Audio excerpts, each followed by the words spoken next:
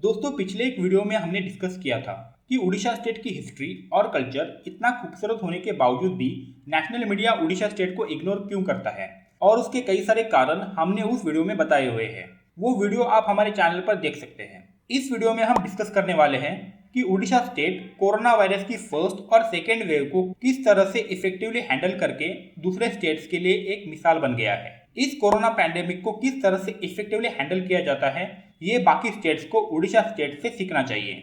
इस वक्त जहां कई सारे स्टेट्स में एडुकेट मेडिकल फैसिलिटीज नहीं मिल पा रही है, कई सारे स्टेट्स में मेडिकल ऑक्सीजन की कमी के कारण उन स्टेट्स का हेल्थ केयर सिस्टम बिगड़ गया है। ऐसे में उड़ीसा अपनी डोमेस्टिक डिमांड को फुलफिल करने के साथ साथ बाकी 8 स्टेट्स को मेडिकल ऑक्सीजन प्रोवाइड कर रहा है। 22 अप्रैल से लेकर अब तक 200 से ज्यादा टैंकर्स में ऑक्सीजन भरकर लगभग 4000 matric ton oxygen Uttar Pradesh, Madhya Pradesh, Maharashtra, Haryana, Telangana और आंध्र प्रदेश इन स्टेट्स में पहुंचा रहा है। ओडिशा में 450 मैट्रिक टन का ऑक्सीजन डेली प्रोड्यूस किया जा रहा है। ओडिशा की अपनी खुद की डेली डोमेस्टिक ऑक्सीजन रिक्वायरमेंट है 40 से 50 मैट्रिक टन, और बाकी की ऑक्सीजन अलग अलग स्टेट में सप्लाई करके उड़ीसा इस पैंडेमिक में एक बहुत ही इंपॉर्टेंट रोल निभा रहा है। एक तरफ कुछ स्टेट्स की गवर्नमेंट इस पैंडेमिक की वजह से हुए बुरे हालातों के लिए सेंट्रल गवर्नमेंट को ब्लेम कर रही है, और एक तरफ ओडिशा बिना किसी को ब्लेम करे इस कोरोना पैंडेमिक को इतने इफेक्टिवली कैसे मैनेज कर रहा है। कभी साइक्लोन, कभी फ्लड तो कभी ड्रॉट। पिछले कई सारे सालों से ये मुसीबतें उड़ीसा स्टेट पर हर साल आती है।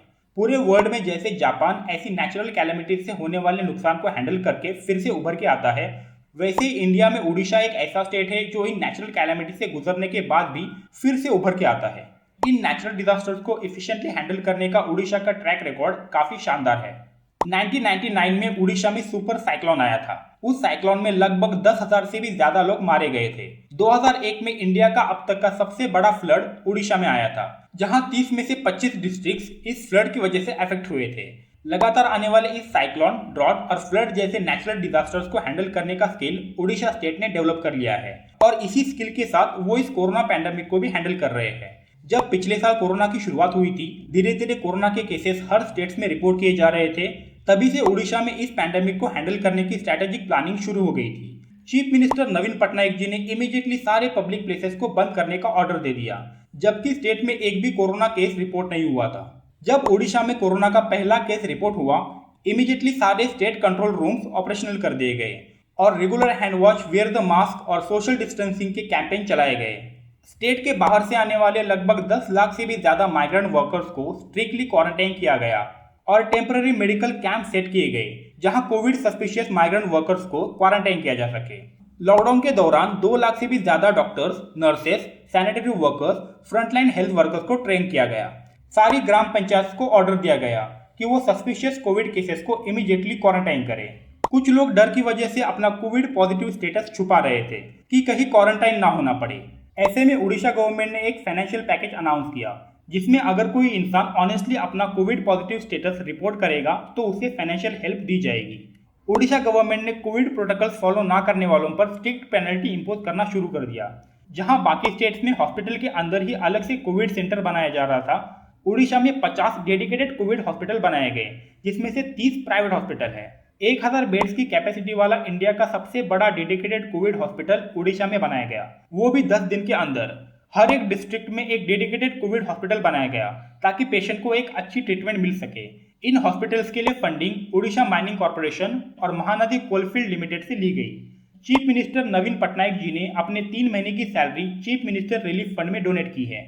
इन सारी चीजों की वजह से पेशेंट को एक अच्छी ट्रीटमेंट मिल रही है, जिसकी वजह से उड़ीसा में कोविड का रिकवरी रेट काफी अच्छा है। और सबसे अच्छी बात यह है कि कोविड पेशेंट की पूरी ट्रीटमेंट गवर्नमेंट की तरफ से की जा रही है। चीफ मिनिस्टर नवीन पटनायक जी का कहना है कि वो गरीब लोगों को कोरोना की वजह से मरने नहीं देंगे, और इसकी वजह से पेशेंट का पूरा ट्रीटमेंट गवर्नमेंट कर रही है। कई सारे कॉर्पोरेट्स जैसे Orissa hydro power, Orissa mining corporation, Indian oil और महानदी कोलफील्ड इस पैंडेमिक को हैंडल करने के लिए कॉर्पोरेट सोशल रिस्पॉन्सिबिलिटी के तहत गवर्नमेंट की मदद कर रही है। बात करें वैक्सीनेशन की, तो उड़ीसा एक ऐसा स्टेट है जहां वैक्सीनेशन की प्रोसेस सबसे स्मूथ चल रही है। गवर्नमेंट ने 2000 करोड़ का वैक्सीनेशन पैकेज जारी किया है, जहां 18+ वाले सारे एज ग्रुप्स को फ्री में वैक्सीन दिया जा रहा है।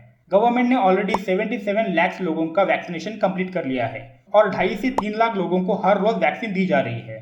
चीफ सेक्रेटरी प्रदीप्ता कुमार मोहपत्रा का कहना है कि वैक्सीनेशन की इस स्पीड के हिसाब से आने वाले कुछ महीनों में एलिजिबल एज ग्रुप का वैक्सीनेशन कंप्लीट हो जाएगा। कोविड के सारे प्रोटोकॉल्स फॉलो करने के बाद भी वैक्सीनेशन एक ऐसी चीज है जिससे हम कोरोना को हरा सकते हैं। दोस्तों, जहां बाकी स्टेट्स में कोविड के चलते काफी हाहाकार मचा हुआ है, उड़ीसा इस पैंडेमिक को एफिशिएंटली हैंडल कर रहा है। कोविड पैंडेमिक हो या कोई नेचुरल डिजास्टर, उड़ीसा स्टेट कितना एफिशिएंट है इन सारी चीजों को हैंडल करने में, हमें नीचे कमेंट सेक्शन में बताइए। वीडियो पसंद आया तो एक लाइक जरूर करें और ऐसे ही सोशियो पॉलिटिकल वीडियोस देखने के लिए हमारे चैनल को सब्सक्राइब करें। Thank you so much for watching.